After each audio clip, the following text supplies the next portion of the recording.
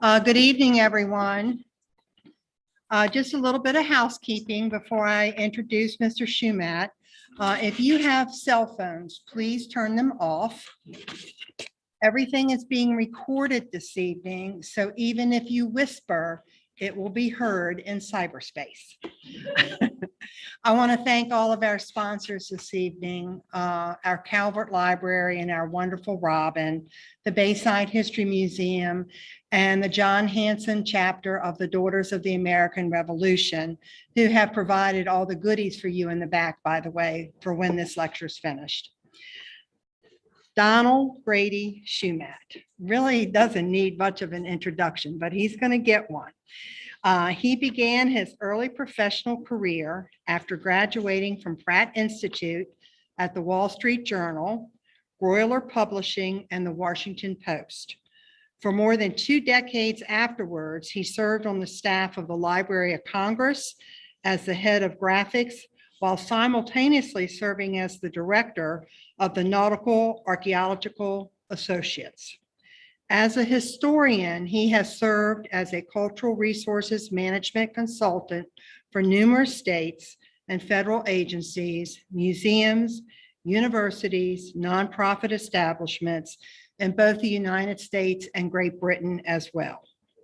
As a maritime archaeologist, he has worked in the United States, Canada, and Western Europe under the sponsorship of such institutions as the National Geographic Society, the National Park Service, the United States Navy, and various educational foundations and museums. Don is the author of 20 books, the most recent being a book of poetry and photography, Navigational Hazards, and his award-winning history, Anaconda's Trail, Civil War and the Potomac Frontier. His many scientific and popular activities have appeared in such publications as National Geographic, History and Technology, Sea History, and many others. His current publication effort is a history entitled Siege, the Canadian Campaign and the American Revolution. 3-time winner of the prestigious John Lyman Book Award for the Best American Maritime History, 2-time winner of the Marion Brewington Award for the Best United States Naval Directory, the highest award in Maryland for historic preservation. He is also the recipient of an honorary Doctorate of Humane Letters degree from the University of Baltimore for all of his contributions to history, science, and the arts. Among his most recent projects was the instigation and development of the first national marine sanctuary system in the Chesapeake Tidewater at Mallows Bay on the Potomac River. Without further ado, Mr. Shomet.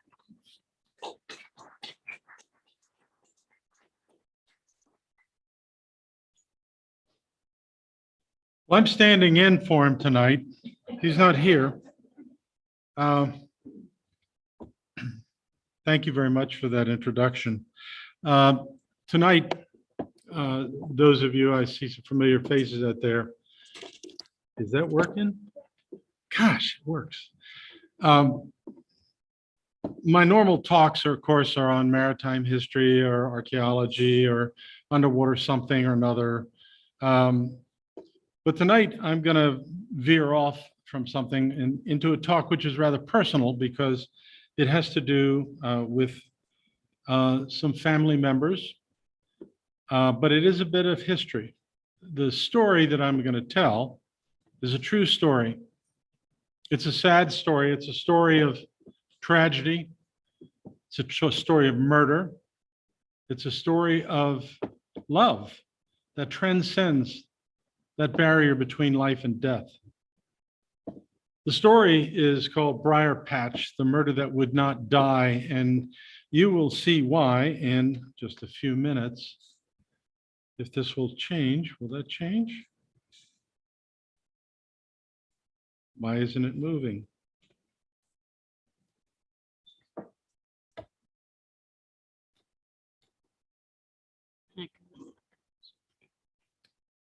Thank you, Robin. I'm a dinosaur, by the way, technologically. In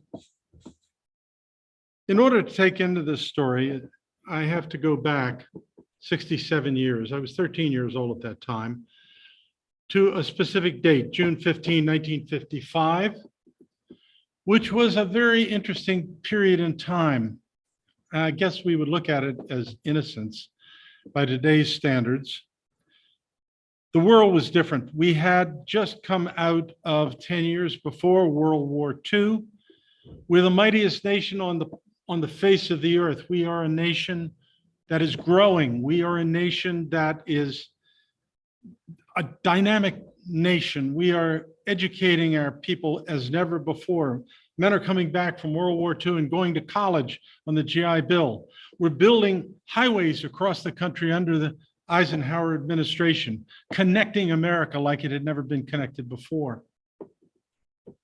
We have an enemy, Russia. Surprise. We have this enemy that has got the bomb, and we are worried about being bombed. We are worried about World War III, which is very close. The time clock is that they just instituted is about 3 minutes to 12. And the upshot is that the government is making tests in Washington. On June 15th, they're going to evacuate Congress in a test in case the city is bombed. The only person who left the city was the president. But what happens in the local areas? What happens in Montgomery County and Prince George's County and Calvert County?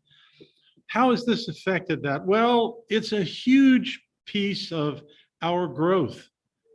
Before World War II, Prince George's County was largely agrarian. Montgomery County was almost entirely agrarian. Certainly Calvert County was. And after the war, all of that changes. Prince George's County is growing by topsy. Montgomery County is growing. Where farms were, condos are going up, not condos, but up private homes. People who never could afford a home during the Depression before World War II are now buying homes. This is a big deal. And this is the world of 1955. There's some wonderful things. You could go to Washington Airport, which was not much bigger than a cow pasture then, and get a plane trip ticket to New York for 12 bucks. You could sit in a seat and not have your knees underneath of your chin. You could get a steak dinner and sit at a table. It was an incredible thing. This is new. Electric typewriters. You don't need that old stuff. You got this electric machinery. New stuff's coming. Buy a shirt for $1.98. You buy a suit for 50 bucks. Nice suit. Just in a common home. Records. The new 45. This is the beginning of the period of rock and roll. This is where we are living. This is what's happening. In Prince George's County, this is happening incredibly fast. Homes are going up all over the place. There's about 45 movie theaters in the area. And this is interesting because movie theaters are all privately owned. They're all owned by one person instead of corporations. I think we have 100 and some now, which are owned by 3 corporations. The challenge, however, is television. Television is just coming in. And what do we have on television on June 15? We got some really cool things. You know, This Is Your Life. We've got Howdy Doody. We've got a ball game on television. You can watch the Washington ball team take on the Cleveland Indians on television. Don't have to go to the ball game. And one of the things that we got on television on that Wednesday night at 8 o'clock was Disney.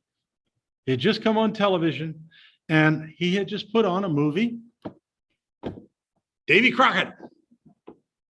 Every kid in America has a coonskin cat. This is the world of June 15, 1955. Now, On June 14th, my mother and father and my brother and myself had gone over to visit his brother, my uncle Print, and his wife Lucy, and their kids. There were three kids. Nancy is the oldest, born in 1938. And this picture does not do her justice. She was a beautiful, beautiful girl. She's 16 years old. Her little brother, Petey, he's a whip snort. I mean, he's a kid that's always in trouble, and everybody loves him. And the youngest is this little girl who is an adopted child. She is the youngest. She is 6 years old. Her name is Kathy Ann. And that was the Shomet family in a new development over by the University of Maryland. Now, Nancy is, I guess you would call her by today's standards, the queen bee of her social group. She was beautiful. She had a lot of boys chasing her, and she was a member of the teen club. There was all kinds of things. She's a sophomore, a junior, I forget which, at this brand new school, Northwestern High School. It's only 2 years old, and she is going over there. And on this day, she is going to go over and pick up her report card for the end of the year. This was her class photographs. She's up there in the far left with a little white thing around her. But she is a beautiful child. She has idols. She has Eddie Fisher he's going to be on television at night. And that's, boy, she's got some idols, and these are a couple of them. And her best friend is a 14-year-old girl that lives two houses down, Michael and Ryan. Mikey, who is the girl in the far right. And Mikey is also a beautiful girl. These pictures do not do them justice. These are press photos. And Mikey, she is the cat's meow. She likes to wear tight shorts. She is, her father is a police private for the Metropolitan Police Department. And she attends St. Joseph's Parochial School in Washington, D.C., which is, it's rather upper class. Her father is really pressing to be able to keep her there. And 2 days before this, she had just been confirmed, had her confirmation, and she was quite beautiful there. When she was fixed up, she was the cat's meow. She looked like she was 18, 19 years old. And she had boys chasing her too. These two girls were the cat's meow. Now they all, in that neighborhood, were members of the Lewisdale Teen Club, which is down at Lewisdale Elementary. And the club was several blocks down from where they live, which is here. A is the Shomet household, and B is the Ryan household. Now, on the 15th, that morning, Mikey and Nancy are going to go over to Northwestern High School together. Nancy's going to pick up her report card, and they're going to make the shortcut, which they always did, through Northwestern Branch Park, which is literally right across the street from where they live. They're going to cross a little bridge, cut through some people's backyards, and then go down to the school, which is just down the way. And this was the route that they were supposed to take. And at 8 o'clock that morning, Nancy puts on her very best orchid dress. They're going to have a picnic after this. The picnic is going to be convened in the park, and a bunch of her boyfriends and girlfriends, they're all going to have a picnic over there, and it's going to be the end of the school year. That doesn't happen. This child here was walking through the park about 8:20, 8:30, and her dog pulls her over to a spot. And what does the dog find? The dog finds a body. The body wearing an orchid dress. She goes home, tells her mother. Her mother calls the police, comes and inspects, and then calls the police. And very soon, the place is swarming with police officers. My uncle Print had gone looking for her because she hadn't shown up. Some of the kids had come back and said, "Where's Nancy? We're supposed to have a picnic."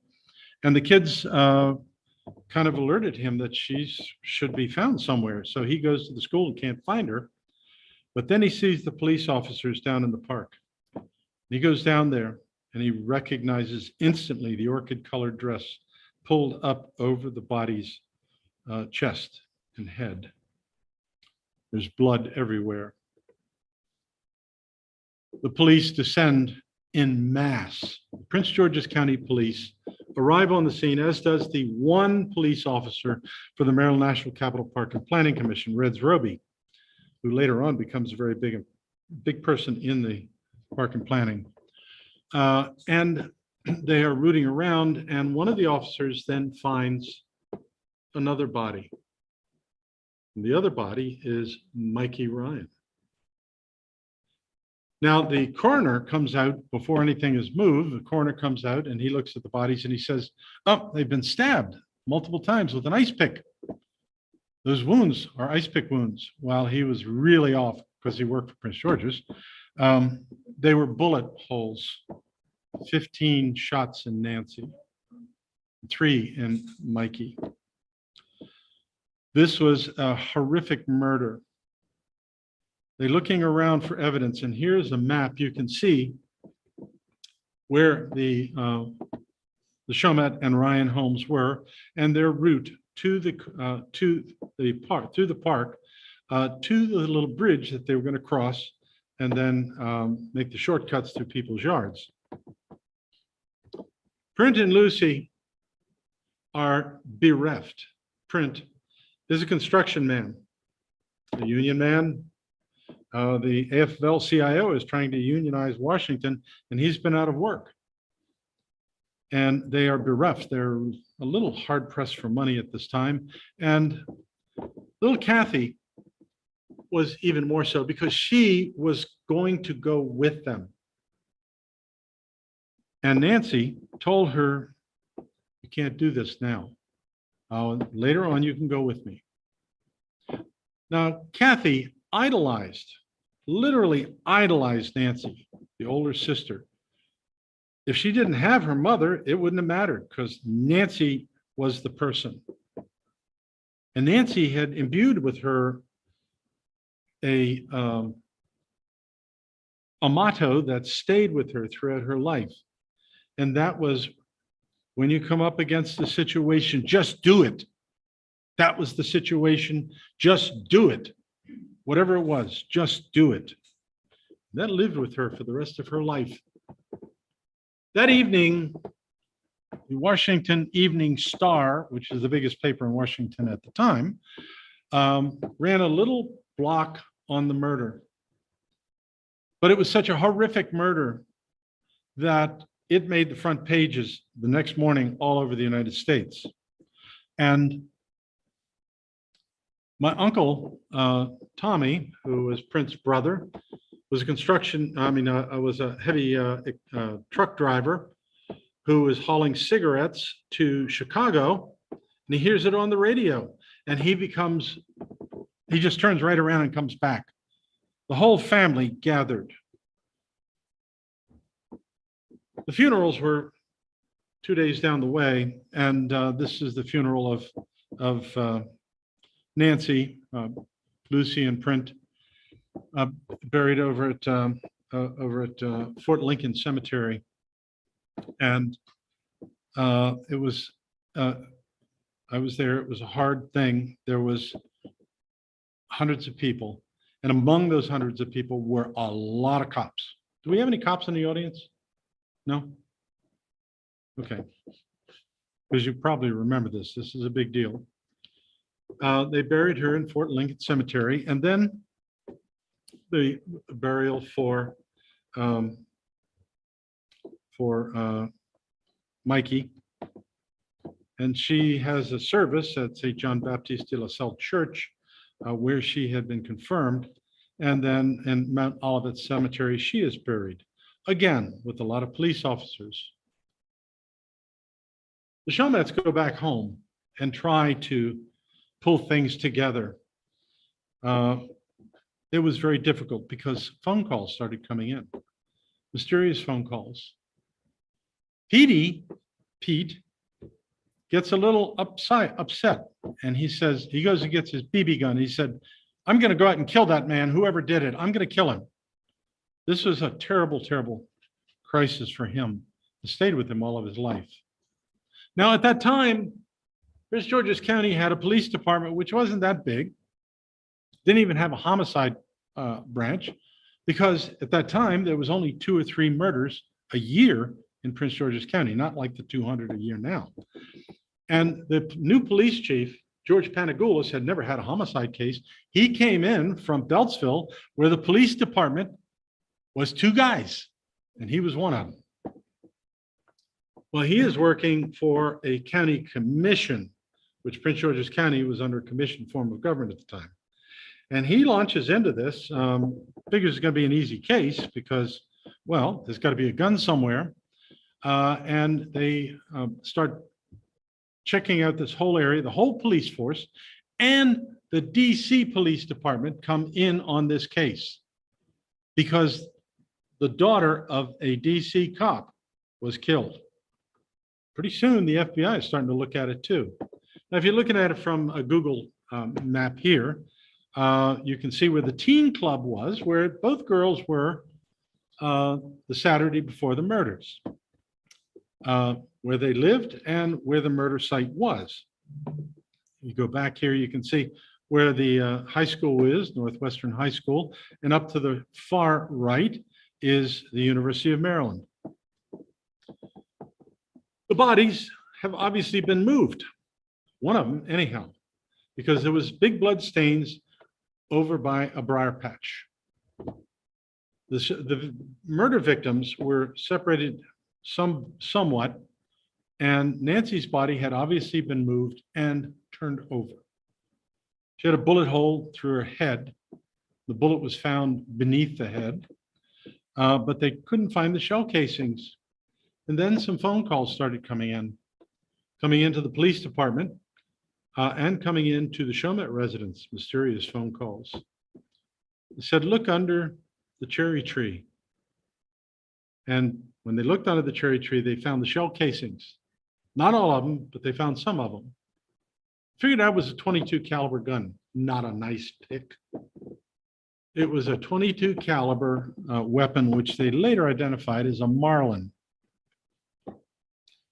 And you can see by this picture where the X is, where the shooter probably was. Again, the positions of the bodies and possible shooter. Now, George Panagoulis worked for the county, and his boss was a county commissioner who was not a particularly honest fellow. And one of the first people on the scene was Private Ryan. Thomas Ryan came down from the police department when they called him, said, your daughter's been shot. And he gets onto the scene and he said, it's her boyfriend. It's that guy who's been chasing her. It says Norman Hager. Now, Norman Hager had graduated from high school, and he was 4 years older than, or 5 years older than either of the girls, both of whom he had dated, both of whom he had been pursuing. And he tried to meet them in the park that morning. He was seen there, but he was with 2 other girls. Didn't matter. This is the guy. The police officer said, that's the guy, arrest him. They didn't arrest him. They took him into custody. This is before Miranda. For 48 hours, they do a little rough stuff with him. They give him 2 lie detector tests. They give him 1 meal. And finally, his parents get a lawyer and said, no, you got nothing on him. Well, he's telling a story that they're not listening to. And part of that story is, I saw a guy sitting on a bench with a rifle. They didn't pay any attention. This is a guy named Schweitzer who is put in charge. Captain Schweitzer is put in charge of the case to find that murder weapon. Well, they set up a line across the park. They're looking for bullets. They're looking for stuff. They find a couple of things that are interesting, but nothing definitive. They go down to the creek and they are raking along the creek with the police department's raking on the creek, looking for that murder weapon. Can't find it. That murder weapon is, where the hell is it? They go to Fort Meade, George D. Meade, and they bring in a mine detecting unit to mine detect the entire creek in the vicinity for 1.5 miles or 2 miles. And they are mine detecting up and down and nothing. They bring in the Boy Scouts and they said, go over here and look at this lake. And the Boy Scouts are looking, they don't find anything. They bring in a county and the local fire departments, the Chilham Fire Department, the Delphi Fire Department. Find nothing. Maybe he buried it. Maybe the killer buried it. So they bring in Park and Planning Commission's heavy equipment, a bulldozer, and they bulldoze the ground. They move all of the foliage from the area. They don't find it. They go into the sewer systems. They get the army to go into the sewer systems to look for the gun. They find a toy pistol, a toy gun, but they don't find a weapon. They go and drain a nearby lake. No weapon.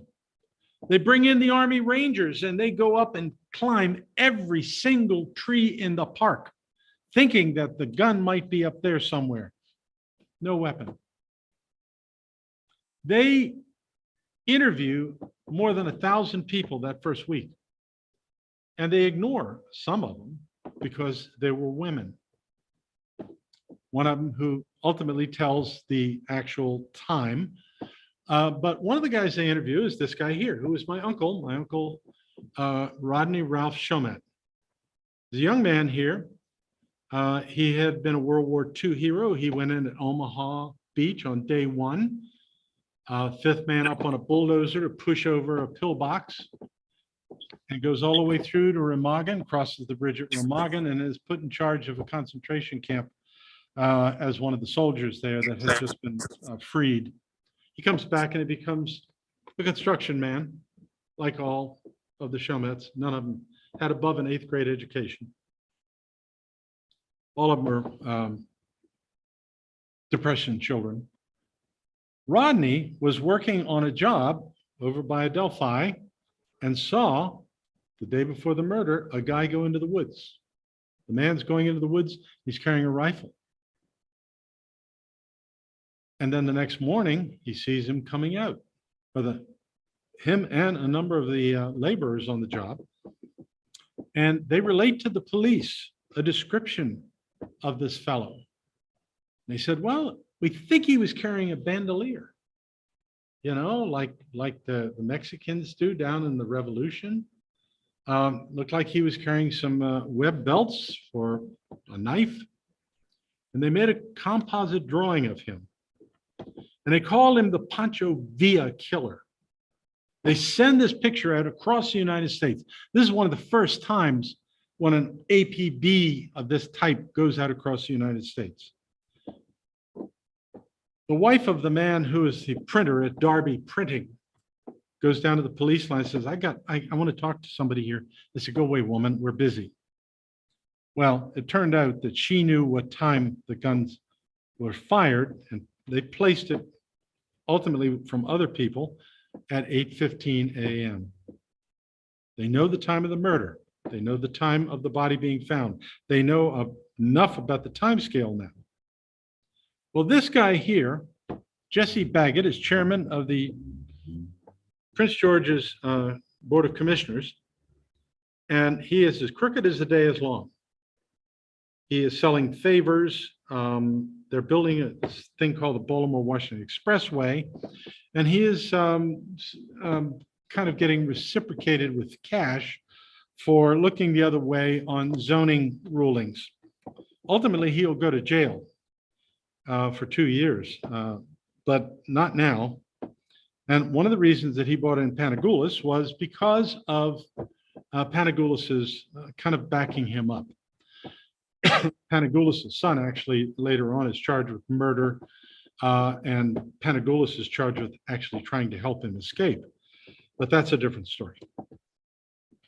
Jesse Baggett tells Panagoulis, I don't care who you arrest.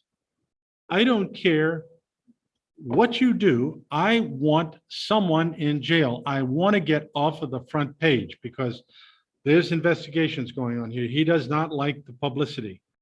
And this is becoming a national scene. And his boss, Lancel Claggett, big Democratic Party boss of the county, he backs him up. And so this is going to be a little rough. Now, one of the one of the witnesses that they talked to said we saw two boys coming out, one carrying a gun going into Langley Park. Now, Langley Park is nothing like it is today. Langley Park was then being built. Langley Park is a development which is happening. One of my uncles was working over there, selling food to the construction folks. He saw somebody going into a basement of a building being constructed carrying a gun. Another person said he saw him coming out. They weren't carrying a gun. Was a gun deposited there? Well, a couple different witnesses. But in the meantime, no gun has been found in the park. So what they are doing is send an order out to all of the county cops around and in Virginia, Northern Virginia. If you ever see a suspect person carrying a 22, arrest them. 22 arrests. Anybody. Well, down here in Southern Maryland, everybody's carrying a 22. All these kids are hunters, and a bunch of them are arrested. They can't hold them. There are people who actually say, I did it, because they want to be on the newspaper. They want their picture in the newspaper. And some of them, a couple of African Americans said, I did it, because they're looking for a place to get a 3-meal-a-day place. Put me in jail. They confiscate guns all over the place. They finally figure out what kind of gun it is. It is a Marlin Revelation pump action gun, which is a rapid fire gun. Bam, bam, bam, bam, bam, bam, bam. They tried to outlaw it, but they couldn't do that for the same reason we don't today. And they are arresting everybody. They're arresting guys up in Frederick County. They're arresting people down in Spotsylvania, Virginia. They're arresting people in St. Mary's. They're arresting them all over. They go to the school, and in the school, there's a rifle club. But all the rifles are there, and there's nothing questionable. Now this becomes pulp fiction.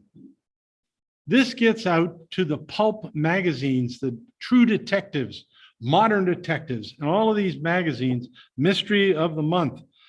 This is just one of them. It becomes the crime of the decade. Well, they can't figure out who did it. Now, in the meantime, the Shomet residents are getting phone calls. Sounds like a teenager, nobody knows, but there's these phone calls coming in, and they're saying, could I speak to Nancy? Is Nancy there? Where's Nancy? And then I'll hang up. And they try to trace him, they can't. And finally, Baggett finally gets Panagoulis to tune this whole thing down. And they said, we're going to put our best detective on it. And this is the guy, Earl Huber, who is put on the case. And the case goes, nothing happens. Until the following year. June 1956. These two girls, Mary Elizabeth Feller, who is 16, and Shelley Jean Venable, who is 14, decide they're going to go on an adventure. They're living up in Laurel, and they decide they're going to go on an adventure, and they're going to hitchhike to Florida. They're not taking anything. They're wearing their shorts, their flip-flops, and they go out on Route 1 they start thumbing. Car picks them up. And Venable's brother sees him getting into the car. It's a green Ford. And they're not seen again. A little bit later in the month, they find Mary Elizabeth's body up near Catoctin in a pond near the Potomac. She had been raped and strangled, raped after death. Shelley Jean Venable was found about 9 miles away several days later. She had been raped and shot in the head with a .38, but raped after death. The police don't know what to make of it. They go nowhere. The next year, in June 1957, Margaret Harold and her boyfriend, a sailor, are going to get married. He's going to ask her, he's got the ring, and he's going to ask her, and they're going to drive off to some little secluded place. They're up near Gambrills, and they drive down this little road. There's an old beat-up house nearby, unoccupied. And he's about ready to ask her when this guy comes out of nowhere. And he says, "You're on my property. What are you doing here? I know what you're going to do. I know why you're here." Thinking that they're going to start having a little illicit affair. Or that's what they was thought. And he is raging at them. And then he opens the back door, gets in the car. Margaret turns around and he shoots her in the face. The boy, or the man, sailor, jumps out and runs away. He managed to get away and get the police over there. That too goes nowhere. Following year, August 1959. Mr. and Mrs. Carol V. Jackson lived down in Apple Grove, down in Virginia, right off of Route 301. And they are driving along one night, and a car pulls up in front of them and blocks them. They can't go any further. And the driver gets out, and he's got a nickel-plated .38. He comes up and he says, "Get out of the car." And they get out of the car, and he puts the husband and the baby in the trunk. And then a little bit later in the year, 2 boys are up at Gambrills in the backwoods by the old house. They see hair sticking out from underneath of a fresh pile of dirt, and it is her, along with her other child. She has been garroted, strangled, had her head beaten in, and then raped after death. The child has also been raped with its head bashed in. They go into the house and they find the walls are covered with medical pornography, I guess you would call it, crime pornography, and just plain old pornography, which is an anachronism.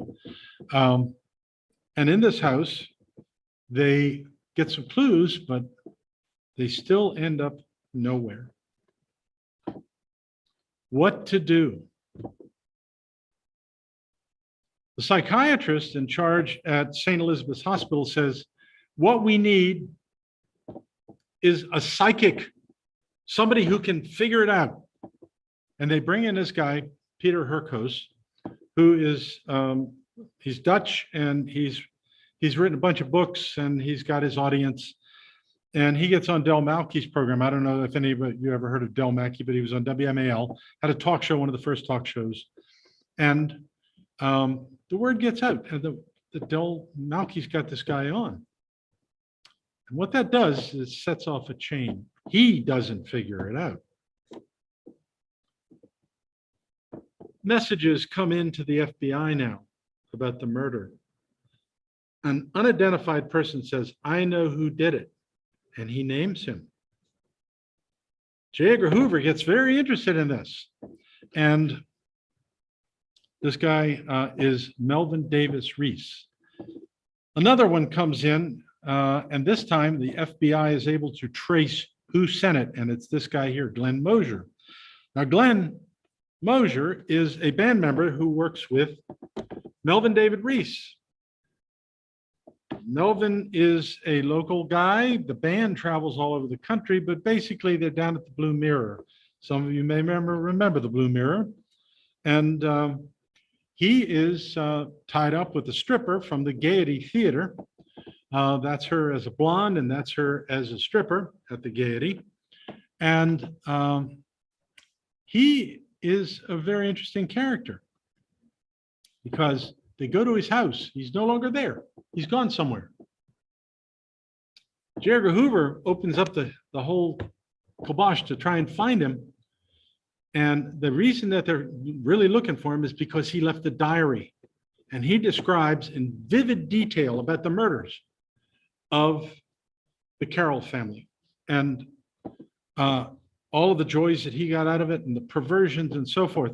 But they trace him to a place in Arkansas where he is a music salesman, and they bring him home. This is the bulletin, the drawing of him made by a witness and his photograph. They capture him, they chase him, and he ends up in Selby, Tennessee, and they brought him in at Tennessee and they brought him back. Now, over time, he finally confesses, I killed the Carrolls. I killed the Venables. I killed those two girls. But I did not kill that Shomet girl and that other girl. By this time, the media has picked up on it, and he's called the sex beast. They were going to make a movie about him. They didn't. But after that, all of this kind of dies. Nancy is forgotten. Mikey is forgotten. Kathy starts to grow up. Now, her motto is just do it. She puts this behind her and she starts growing up. This is with her friends and one of her relatives. She graduates from high school. She is a beautiful, incredibly smart woman. Eventually, she'll go to work with Sally Ride out in California. But in between then, she marries a Naval Academy graduate who becomes a captain, assigned to the Philippines. She doesn't go. The marriage doesn't work. She has a child, the marriage doesn't work. And instead, she decides that she is going to go to college and get her law degree. She's going to go out to UCLA. Absolutely gorgeous woman, just beautiful. She gets into the law school and she is working part-time as a model. She is a professional model, making a living out there until something happens. February 1990 now. We're what, 35 years from the murder. The Washington Post receives an order for a memoriam in the obituary section. And the memoriam is to Nancy and Mikey. It's 35 years later, and nobody in the family put that memoriam in. They are trying to figure out who did it. The case is reopened. Now, Print is on his last legs. He's not in good health. And Kathy comes home to take care of him and to see what she can do in this case, because she remembers her sister saying, just do it. Can you help the police to do it? And from time to time, she thinks that Nancy is really with her in that room, wherever she is. She's an animal rights person. She is a member of the Sierra Club. She begins to write for the Sierra Club when she comes home. She is actually a copy editor for a while at my former publisher, Tidewater Publishers. And she is a lovely person, incredibly smart, and she's taking care of her older father. They go and get a place over in Corsica River. They're renting, and she's taking care of her dad there. and her mother's died. But while they're over there, something happens. She gets bitten by this little bug. It's a deer tick, and she gets Lyme's disease. Has anybody in here had Lyme's disease? Lyme's disease, if it gets into the advanced stages, is horrible.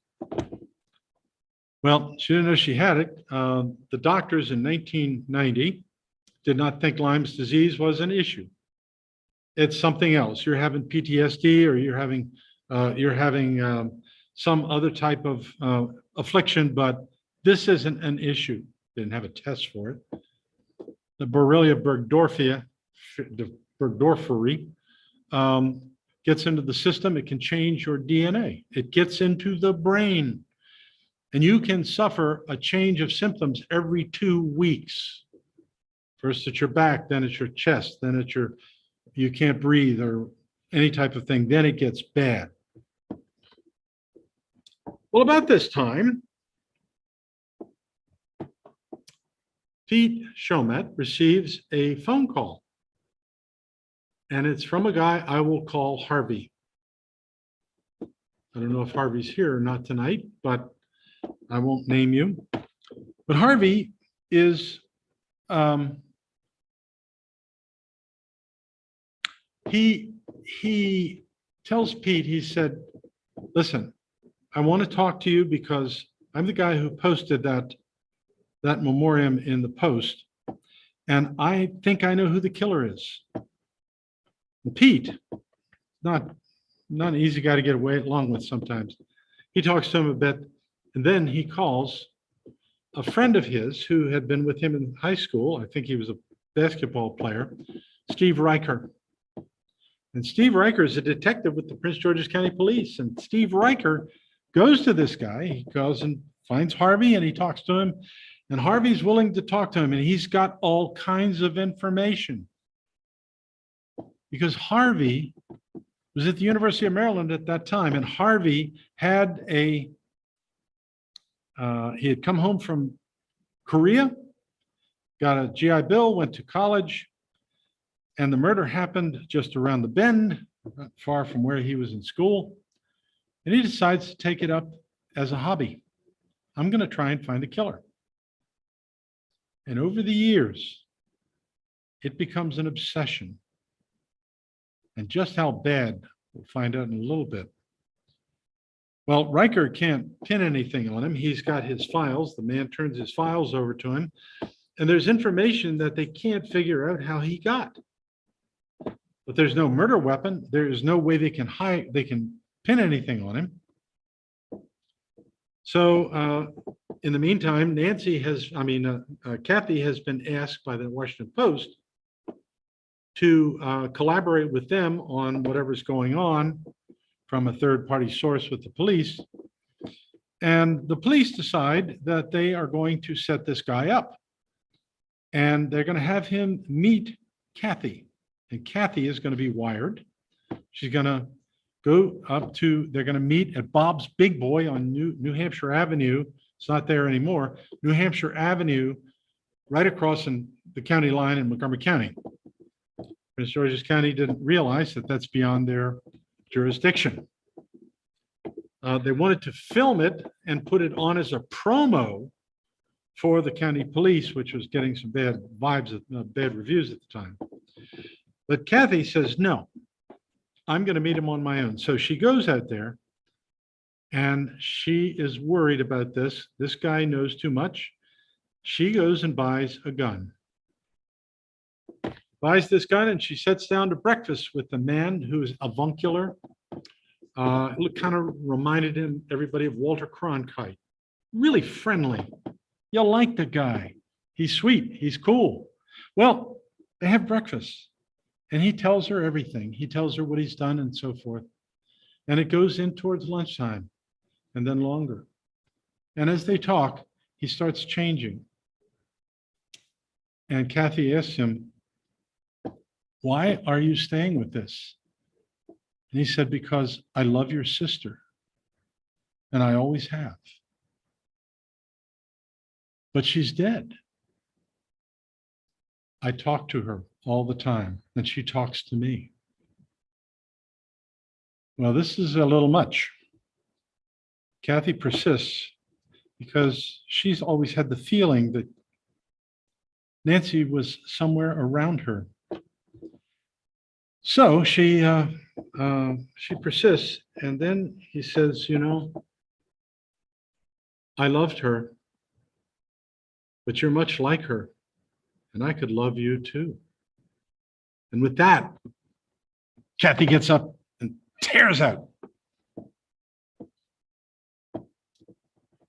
Now, this is a turning point for her because now she starts to suffer stage 3 Lyme's. It's gone to her brain.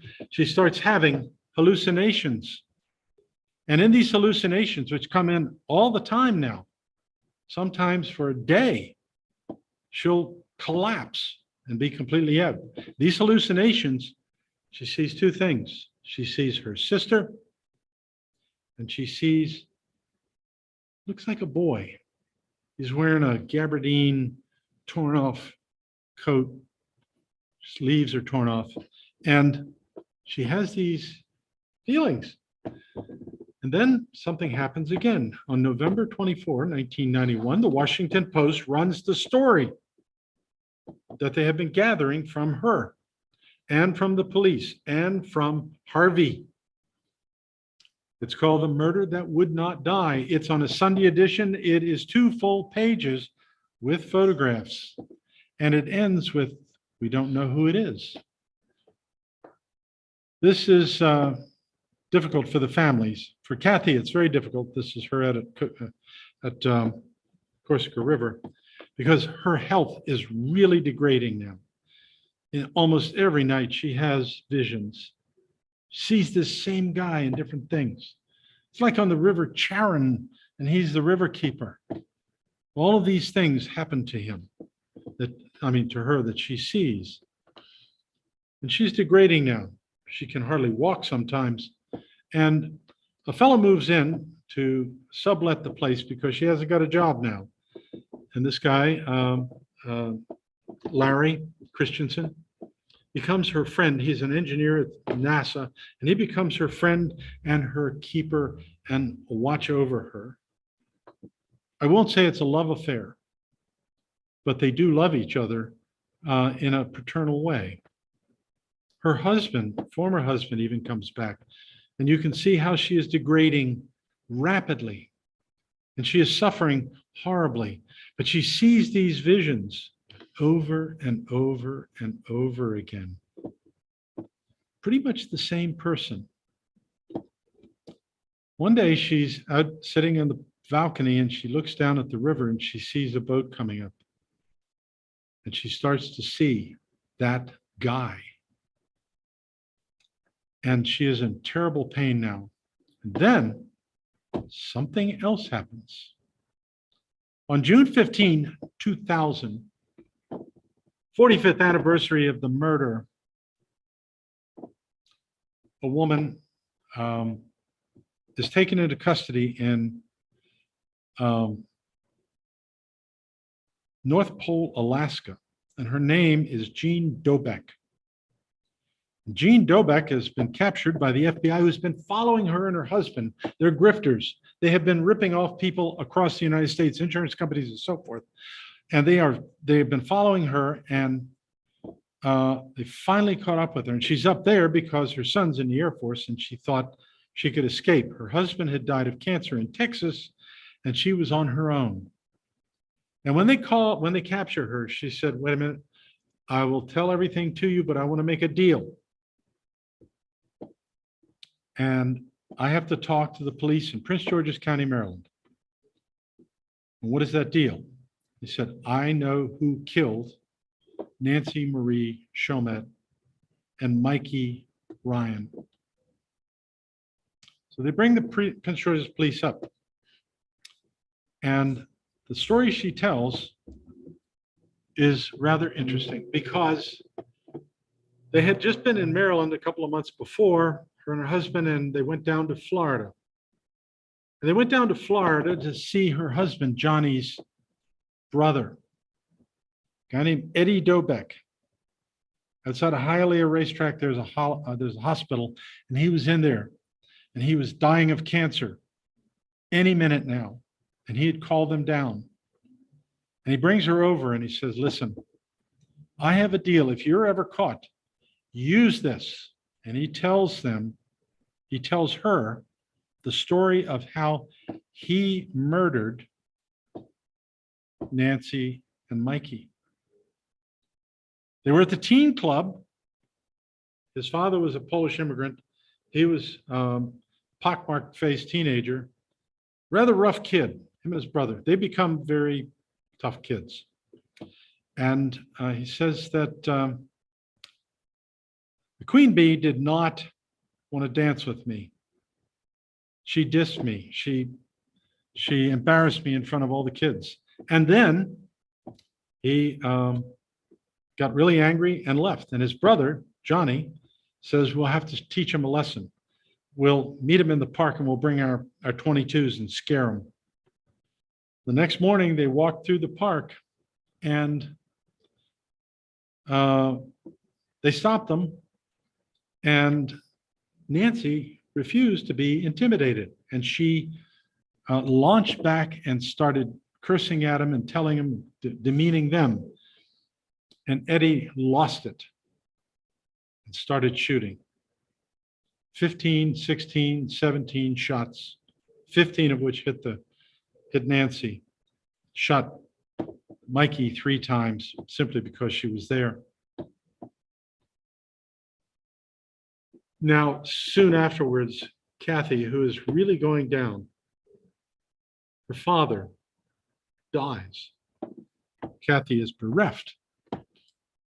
But she remembers what her sister said. Just do it. She's suffering now, suffering badly. She sees her sister one last time. She sees that guy down there.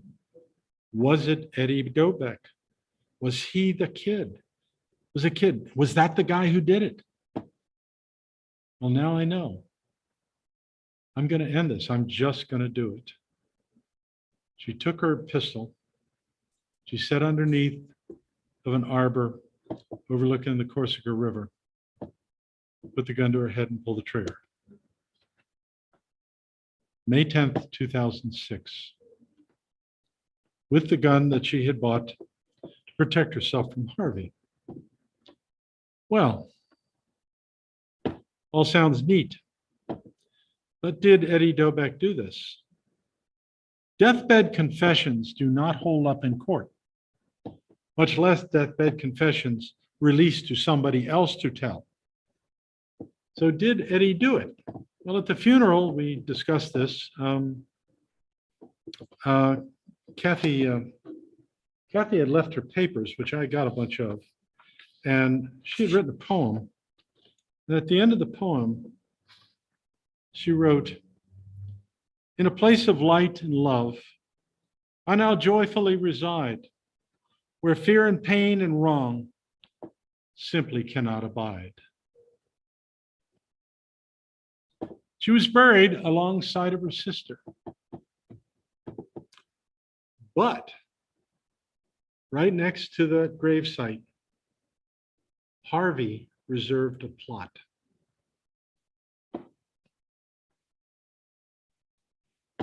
I was going to write this book about Nancy's murder with Kathy. Obviously, we didn't do it together, but I had to do it simply to address both of their tragedies. Whether the book sold or not, I didn't care. I just had to make it known. Had to change the names of most of the characters.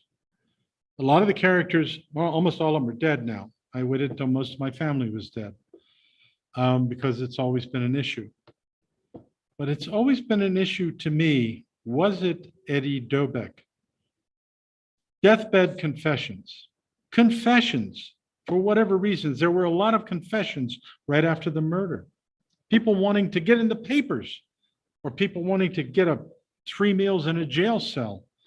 People wanting to just end it all. There was one boy in a reform school who had been beaten as a child. He has been badly mangled and everything. And tough kid, and he ends up in reform school, and he wanted to get out.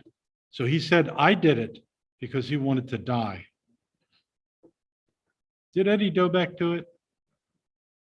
Who the hell was Eddie Dobeck?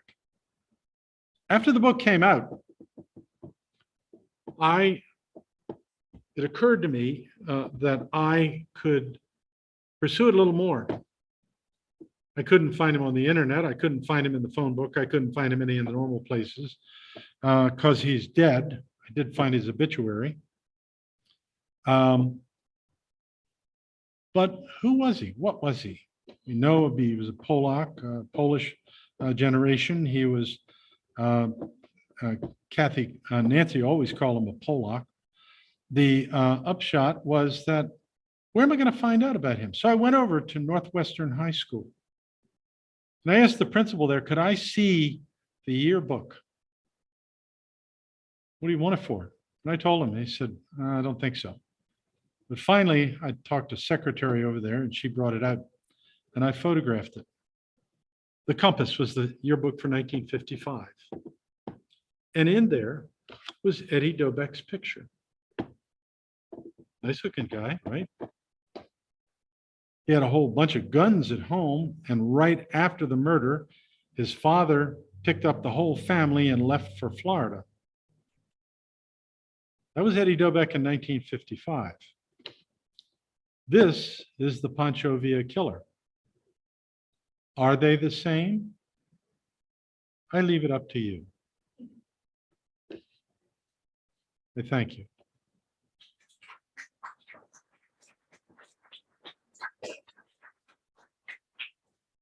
Any questions?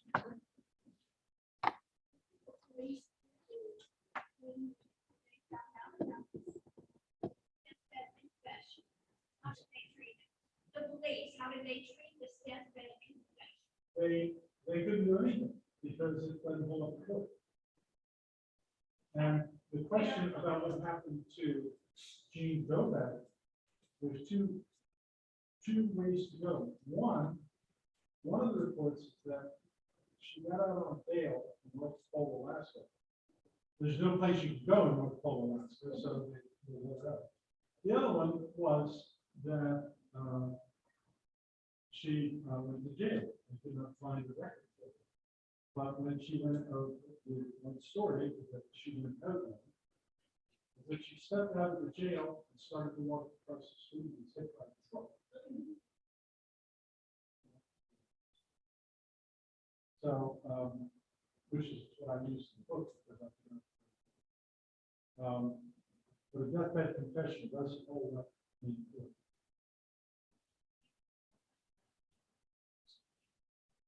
What's that? My difference not what you read level, if you're not behind. Oh, I'm sorry.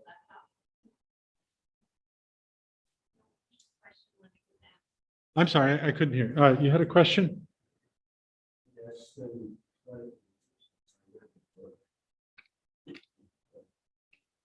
Maybe that's another story. But I thought that the detective that reopened the case and found someone that was in prison.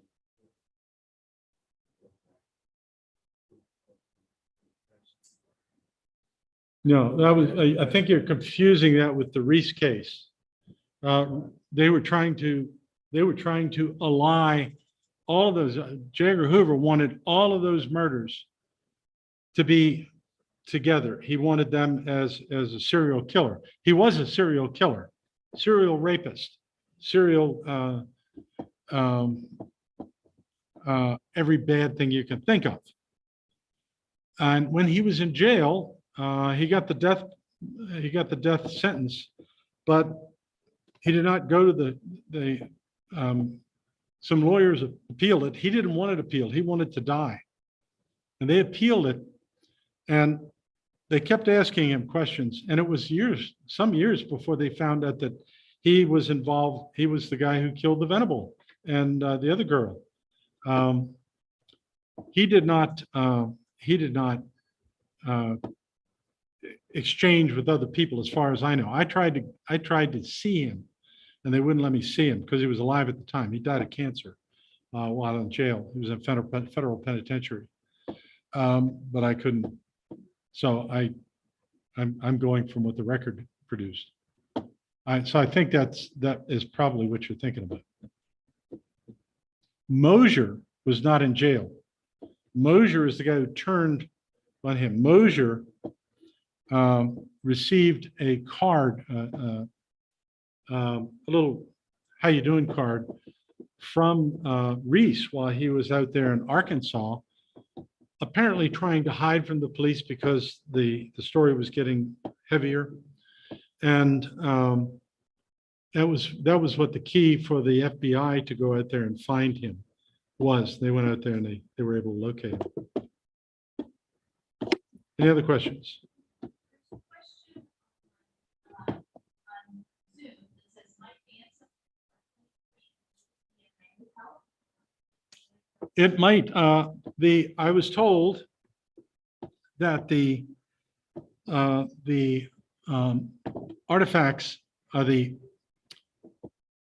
elements that were raised, they're found in the park, which included such things. There was a little note. I think there was part of a gabardine shirt. There was some stuff by one of the fire pits that.